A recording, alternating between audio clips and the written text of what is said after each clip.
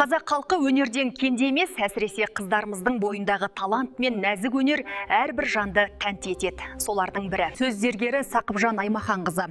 Ақынның сыбызғы туындыларына арналған әдеби кеш өтіп, жаңа прозалық шығармасының тұсаукесері өтті.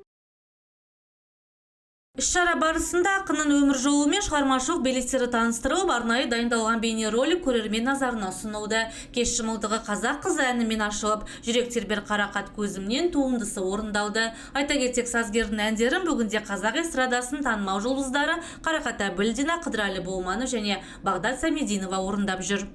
Енді ел іші өнер кеніші дейді ғой, сонда бір бойыма біткен бір қабілет шығар, соны қазір жинақтап екі жыр кітабын жаздым, бір әндер жинағын жаздым, прозалық екі жинағым бар. Осы бүгінгі шараға көзмоншақ деген кішкентай ғана жинағымды алып келдім, соның тұсаукесерін жасауға. Шығармашылық кеш соңында ақынның көзмоншақ атты жаңа прозалық туындысының тұсауы кесіліп, оқырманға жол тартты.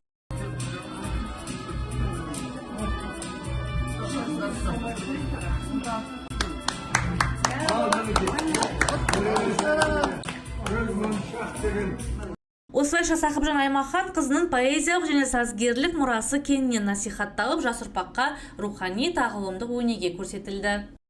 Эльнура Жапар, Назерке Бергенғали, Нұрбол Қыстаубек, 24 Ньюс.